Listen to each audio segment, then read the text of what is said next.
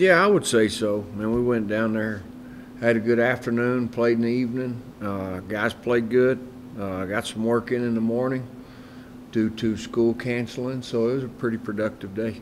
I know you mentioned on your coaching show that you guys are in talks of adding the Amarillo site with the Solid Poodles there now too. Are you excited about that opportunity to hit both of those two big West Texas towns and possibly the same year in the future? In some aspects, we're excited about it. In other aspects, it's a neutral site game, and so you got to find the right year to do that. With in the future here, we go to Minute Maid, we go to Arlington. I think one year we go to both, and so you don't want to have too many neutral site games as far as RPI goes, but we can go up there and play a game and it not hurt us RPI wise. Absolutely, we'd love to do it. How was Montgomery last night? He was good. He was good. Commanded fastball, commanded the breaking ball, pitched out of a jam or two. Was good. On the inside the park home run was like? It was actually pretty easy. I mean, the center fielder went and tried to catch the ball, and then the ball hit the wall hard enough. It kicked all the way back. Oh, I would say it wasn't to the infield, but it kicked back where far enough he had to run a long way, at least 100 feet for the ball. So it was exciting. It was pretty exciting, and proud of Max for running hard. A lot of guys see the ball hit like that and they jog, and they end up lucky to get a triple, much less inside the Parker. Mason, him going 5 innings, and you said he might go 2 or 3? That's kind of was my thought on Sunday. We nixed that idea. We actually re-looked at everything, said, hey, let's put Lanning back in there in the weekend. And if y'all remember, when I left Sunday, I was ready to put Lanning in the bullpen after watching. Maybe I reacted a little bit there. And you look at the body of work, he's pitched really good on the weekend, so we're going to run him out there this weekend. So what's that starting rotation going to look like for West Virginia? We're going to go Lanning, Dallas, and then Killian. So Lanning back to the front? Yeah. What's that based on? Based on his body of work. I mean, that's probably the easiest way to say it. And, he wasn't feeling great last week. I don't think that's an excuse for him, but he's pitched awful good on Fridays when we pitched him there, and feel like he gives us a good chance on Friday. Is it hard to sometimes separate body of work versus if he's had a bad outing that sticks in your mind? Well, not really, because if guys can pitch, they can pitch, and sometimes the other day he really got off to a bad start. I mean, when he hit the leadoff, guys actually missed the pitch from Matt to Braxton, and we hit him with a breaking ball on a 1-0 pitch, and just seemed like nothing was going to go right in that inning. And no, I wouldn't say so. I mean, all these guys, we believe in their ability and going to trust what they do. With regards to West Virginia this weekend, what do you see from them, from their rotation? Manoa's at the front end. I know they got a kid named Stroud in there. That's been there. His name's Cade Stroud. I'm not really sure who they're throwing game 3 right now. Their lineup looks very athletic. Looks like offensively they've gotten going the last couple weeks and are playing awful good. They always, will do some things to create some offense, and it's always tough to go play there. He was the National Pitcher of the Week last week. But he's also, the one thing about hitting is you don't get the opportunity to hit until somebody climbs out there 60 feet from you. And so he's going to do that, and we're going to go dig in and give him all he wants. Since Manoa's 6'6", and they have the left-hander that's 6'7", how much do they use that plane to? Yeah. I tell you, Manoa he really does have some sink. Just looking at the 2 outings I've seen so far this year, I don't know if it's as power sink as it was at one time last year. Time will tell on that. Not taking anything away from him, but I don't know that he's getting that right now. When you start talking about angle,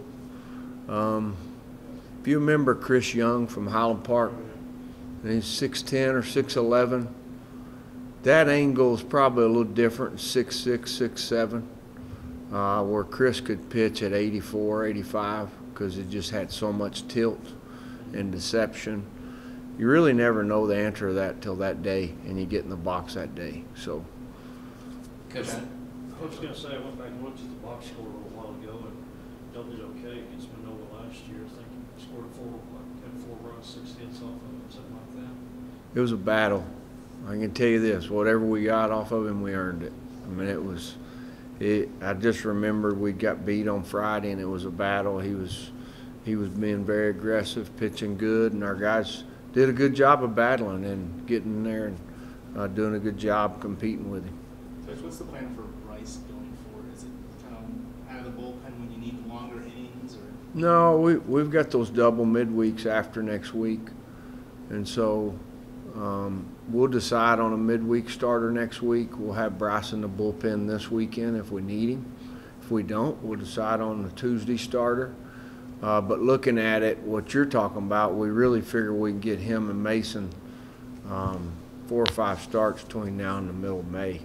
And those guys could, I mean, wherever they start, you know, could take us to another level. I mean, just based on their stuff. It just depends on how they pitch. with Texas and Baylor having a rain out and splitting that series, I know you guys are always one pitch at a time, one practice at a time, but you got to, how important is this weekend knowing that you got to win these games and get ahead of the curve, because it's going to come down to winning percentage as opposed to just straight Big 12 wins? Yeah, you're way ahead of me on that. I mean, we're trying to get better each day. I mentioned we practiced yesterday morning, went to Midland and played yesterday night. We're going to practice today, but there's no doubt, you know, the next 3 weeks are important. Maybe the next 4 weeks, and then we got a gap there, and then finals. But as far as the overall scheme of our league, you just really don't know exactly what's going to happen. You can look at the standings and say, well, this team's better than this team because of wins and losses, and you got to go play good to win Big 12 games. And the one thing we really like about our group right now is I think we know we're not a finished product, and guys are still working, and they're making an attempt to bring their best each day. And we're probably learning how to do that still, and that's a good thing, I would say. How much better is the team now than they were at the beginning of the year with 31 games under their belt? Well, I think we're quite a bit better. I mean, I think we're obviously pitchers, you know, they got a little bit more stamina, should have better feel. You know, we're separating balls and strikes pretty good. We're running the bases pretty good. We got a shortstop healthy now. I mean, where 2 weeks ago we were playing a little bit of everybody out there. Catching at a high level. You know, how much better, I guess only time will tell that. I'm not really one into predictions. Time will tell that as far as that goes. What's important is we get better between now and, you know, now and next week, or now and Friday. Let's think about DH. I saw Stillwell had another good night last night. And I guess guys who have been in that position earlier this year, like Trimba and Jacinto and Cody Masters, guys kind of have to keep getting in the cage and hitting and Yeah. waiting for a chance to. Yeah, I mean, really, Stillwell's kind of laid claim on that deal. He's really had good at-bats. I would say the biggest thing is when he steps in the box, he's putting some fear in some people. I mean, he'll turn the fastball around as good as anybody, and he's hitting the off-speed stuff when they hang it. And those other guys, you know, right now need to be ready. There's only one DH. I mean, unfortunately, and the ability to play defense keeps you on the field, and those other guys are doing a good job of doing that. And it's important we can get something out of everybody though when we do use them, and that's what's cool is all those guys are still working. To say, is it a good problem to have when you have all those guys who can hit and produce for you? I would say so. Yeah, I mean, I would say so, but I would think too that there's probably people that know more about it than us. When you look at a big league team, they got 4 guys on the bench, and they don't have 6. And it makes it a little bit easier to manage, but something you need to do in college. Speaking of having a bunch of numbers, how did your bullpen guys look last night? You stood out. Sublette came in and threw the ball really good. First inning, punched out the side.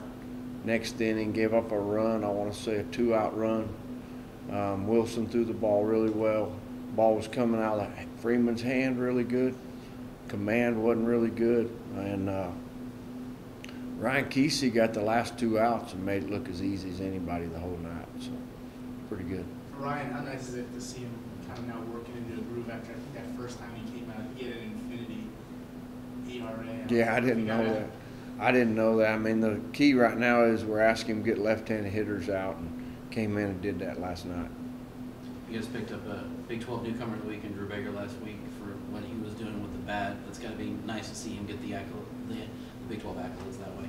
Yeah, I mean, he's competing. I think the biggest thing about that is got out of his own way and started competing. Some other guys stood out there a few games, played his position, and he got healthy and saw they could do that. And I mean, I imagine that helped him a little bit between the ears and needed to simplify some things. And it seems like he's doing that offensively. He definitely is simplifying it and had good at-bats last night, didn't have anything to show for it. So if you have a 1-run lead in the 9th this weekend, Oh, gosh. I'm interested to see where this is going. are you giving the ball to Peter, or are you overthinking that? I would say there's a number of guys you could go to down there. I would say I trust any of these guys to get 3 outs, but Beater's definitely at the front of the list. Him and John McMillan and Dane Haveman and Taylor Floyd. And as soon as we run somebody else out there, you're going to go, Coach, you didn't do that. But, yeah, I would say Beater gives you a chance to beat anybody with a 1-run lead. There's no doubt about that. I mean, he's got a chance to pitch a long time and going through a rough patch, but it hadn't been, you know, I think it's something that's fundamental. I think he'll get better from it. What's the forecast in Morgantown? A little bit of rain Friday and Sunday, but I think it's scattered. So Not too cold? could be scattered here, and we could get to play on a Friday, Saturday, Sunday, right? So it could be the same. No, it should be, the weather's like in the 50s at least, I think. So the 1-run lead deal came up. Man, that's an interesting thought. The Rangers deal came up here this week after some stuff. You're talking about late game stuff. We were talking about, were the Rangers in no doubles? Do y'all think they were? I don't think so. See, everybody that's a baseball person has said they were, and he just backpedaled. But it's something you think about because of stuff. So what would you ask? What did you say? If the Rangers are no doubles last night. Oh, last night? No, I'm talking about when they were a pitch away from winning the World Series. Oh, that one. Oh, no. When Cruz. Conspiracy theories around on that one. Yeah. Yeah. Their closer's been invincible, and he gave it up. He lost it last night. Oh, he did? See, I didn't even know that. We got back at 2:30. That's as long a game as we've had. And it was rolling along just fine, and the guys put together a 4 or 5 run inning in the 7th. And really, we had nobody on with 2 outs, I don't think. And all of a sudden, guys we put together some good at-bats, and about 40 minutes later, like, man. You mentioned the 2 outs. Your team's done pretty well, not perfect obviously, but done pretty well with 2-out rallies this year. Is that just a case of having a bunch of guys that know how to string those bats together and not ever giving up on that bat? I think so. I mean, I think you're really competing for the guy in front of you and behind you, and know that it can affect the outcome, you know, even the next inning. And so, yeah, the ability to win pitches is something that we try to take a lot of pride in. And sometimes that just means extending that bat. Doesn't mean getting a hit. Sometimes just means seeing a few more pitches. Do you watch the experience of a veteran hitter? What's Cole doing so well at the plate that's allowing him to succeed right now? Seeing the ball up, he was when he was struggling, he was just swinging the ball down, curveballs down. But he's seeing the ball over the plate, and he's bearing a lot of balls right now. Drew picked up Big 12 Newcomer of the Week for his actions last week. It's got to be nice seeing one of your teammates get that kind of recognition when they had that kind of week. Yeah, he had a great week. He had multiple hits in every game. I remember it was like 3 straight games. He had 3 hits. He was just on every time. If I was on, he hits after me, and if I was on, I knew I was moving up a base for sure, if not 2 or 3. You guys have had a lot of success with 2 outs in an inning, more than the average team, I guess we would put it. What do you attribute that to? Well, just putting together good at bats when you have 2 outs. You know that you can string back-to-back hits together, a walk and a hit, and put a run on the board, and that's always good. No matter how many outs you got, you just gotta have good at bats. What do you remember about Alan Manoa, the West Virginia pitcher, the big right-hander? He throws hard. He has good arm, good stuff. He's gonna be a highly drafted player, I believe. I mean, I'm sure he's having a good year. He has really good stuff. Big arm though. So I was asking Tim earlier, with him being a 6'6" guy and they have that 6'7" left-hander, how much is kind of tilt playing a factor with those guys? Manoa's more over the top. I played with the 6'7" lefty this summer, and he's more from the side, a little bit 3/4. And Manoa has a little bit of tilt though, but so does Wolf though. Wolf runs a little more though. What team are you on? Santa Barbara Foresters. What do you expect to see from this lineup for West Virginia this weekend? Honestly, I haven't really. I played with 1 hitter, I believe, or maybe 2 this summer, but I haven't really seen a whole lot or heard a whole lot about West Virginia. I just know I remember from Manoa from last year, and then I played with Wolf this summer. I was just saying, do you find out more about guys from that summer experience than you do from tape a lot of times? I mean, it kind of depends, just like if we're gonna focus on like a pitcher or something. But I've seen Wolf throw a lot more than I've seen Manoa throw. Tim said y'all got back late last night. How tough was it to get up and go to class in the morning, or how early was your first class?